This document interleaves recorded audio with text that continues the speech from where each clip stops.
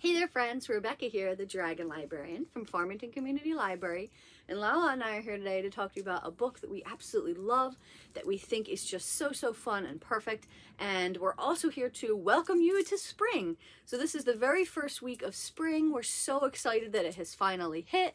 Hopefully that means we're going to be getting some nice warm weather soon. We'll be able to spend some more time outside and do fun things like that, particularly reading outside, which is one of our favorite activities to do in the spring and summer. So this week I want to talk about a book that really makes me feel and think a lot about spring, even if it doesn't necessarily have anything to literally do with spring, except the fact that it's the beginning of the book starts in the beginning of the spring season. But it's a book that feels very isolated, and sort of, it's about this town that is in the middle and surrounded by this forest, and it's very lonely, isolated place. But the forest is pretty much so alive, not only with the regular rabble of spring, right, but with also some other more dangerous creatures. So I don't know why, but this book always makes me think of this time of year, which is what made me think of wanting to talk about it today. So the book that I'm talking about is The Luminaries by Susan Dennard.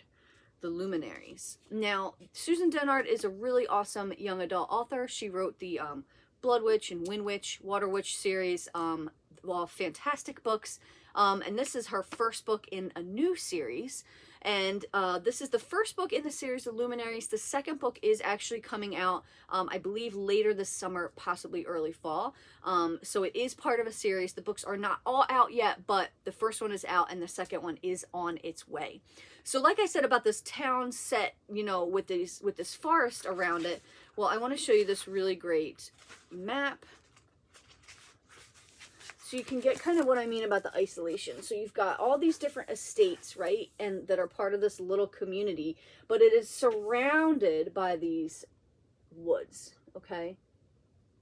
And the woods are called the Hemlock Falls. So Hemlock Falls is basically a area that every night monsters come out of these woods, and the people that are the luminaries, that are part of these families that live in this community, have to go out and get rid of the monsters. They have to go out and kill the monsters, protect not only their town but also the whole world from these monsters. Now, our main character, his name is Winnie Wednesday. So each family in the story has a name of a weekday. So you've got Winnie Wednesday, you've got the Fridays, you've got the Mondays, and they've each got an estate in this little community. Well, it's a tight-knit community. Everybody kind of works together. However, Winnie's father disappeared, and now their family is ostracized from everybody, basically because he was labeled a traitor because of the manner in which he left. And Winnie has been trying to get into the town's good graces again, because all she wants to do is be a hunter. She just wants to hunt and destroy these beasts and do her part, not only for her family, but also to protect the rest of the community. So when she turns 16, she is able to take the hunter's test, even despite her father's disgrace and the way her family is really looked down on now. She can take this test and prove herself. It's not an easy test, though.